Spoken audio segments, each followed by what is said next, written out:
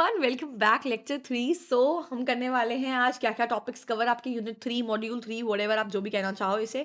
Constitutional documents of a company, बहुत easy topic. I know बहुत बड़ा बड़ा लगता है वेयर एक्ट में, बट हम इसे बहुत इजी तरीके से पढ़ने वाले हैं और आपकी तैयारी बहुत अच्छी होने वाली है एग्जाम्स के लिए। उससे पहले आप हमारे चैनल को सब्सक्राइब करना मत भूलना। हम लोग इंस्टाग्राम पे भी अवेलेबल है, हमें वहाँ भी फॉलो कर लो यार।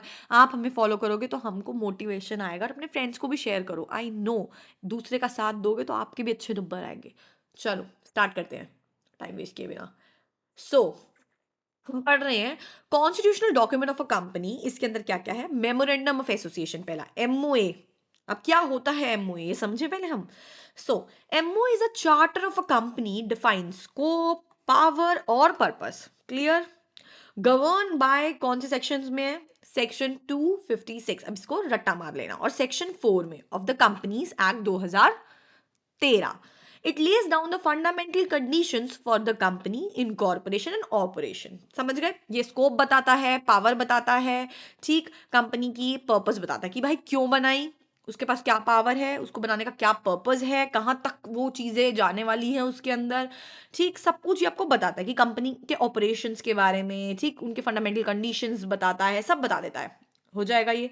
इसका सिग्निफिकेंस क्या है? So company basically defines companies relationship with external world, कि भाई उसका क्या रिलेशनशिप रहने वाला है, ये आपकी कंपनी, अब इसका क्या लोगों से रिलेशनशिप रहेगा, कैसे वो काम करेगी, सब बताता है।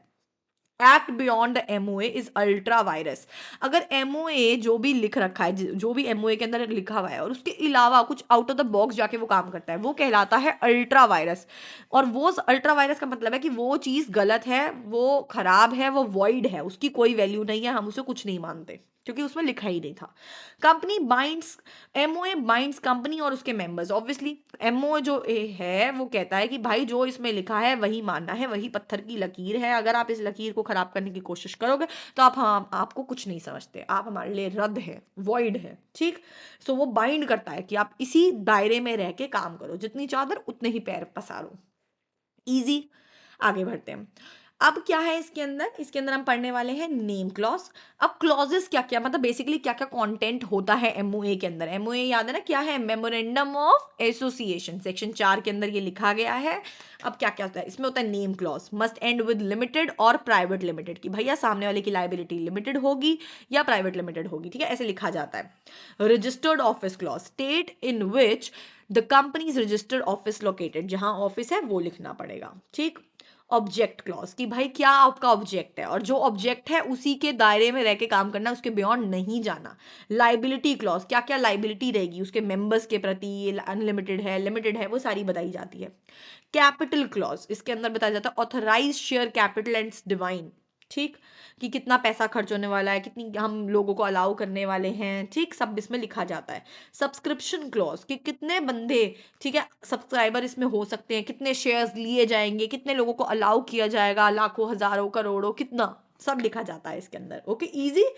अब इसके अंदर आता है अल्टरेशन ऑफ एमओए। अब अगर मान लो ये आपने एक एमओए बनाया जिसके ऊपर सब कुछ चल रहा है, अब इसके अंदर आपको कुछ चेंजेस करने हैं, उसे बोलते हैं अल्टर करना। अल्टर करना है तो सेक्शन 13 के अंदर ये लिखा हुआ है।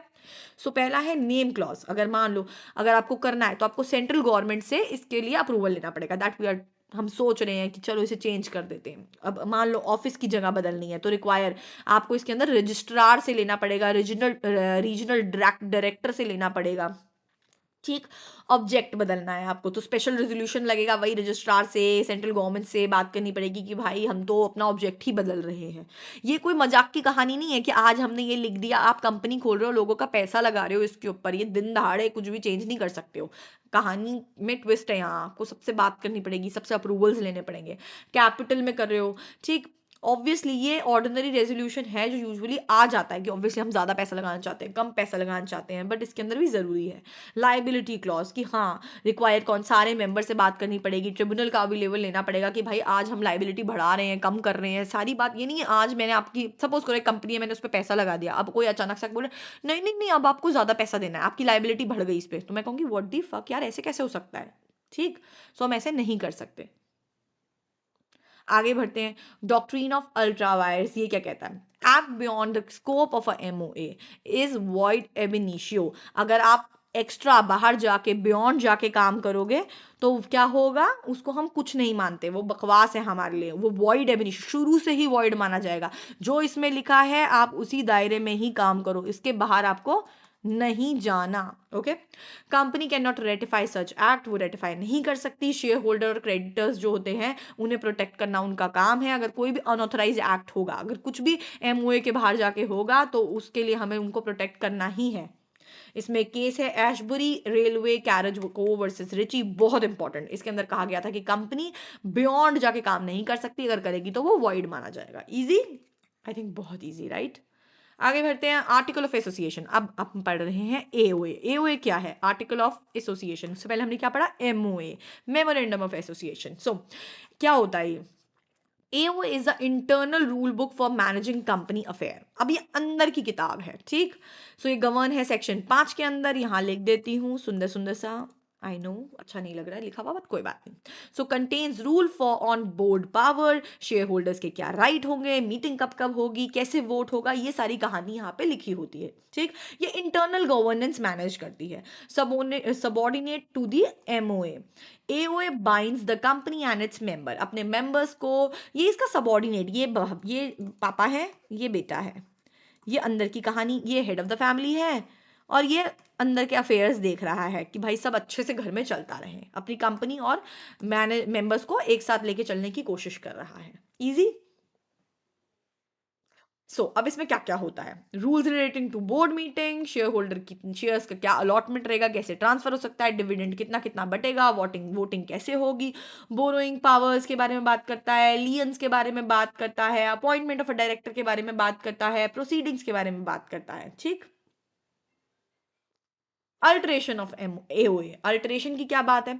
अब इसके अंदर ये है सेक्शन 14, ये बताता है by passing a special resolution, special resolution से ही अल्टरेशन आप कर सकते हो। Must not violate the companies act, नहीं होना चाहिए किसी भी तरीके से, पब्लिक पॉलिसी के अगेंस्ट कुछ नहीं जाना, फ्रॉड नहीं करना, माइनर ये सब चीजें नहीं करनी है, ठीक है।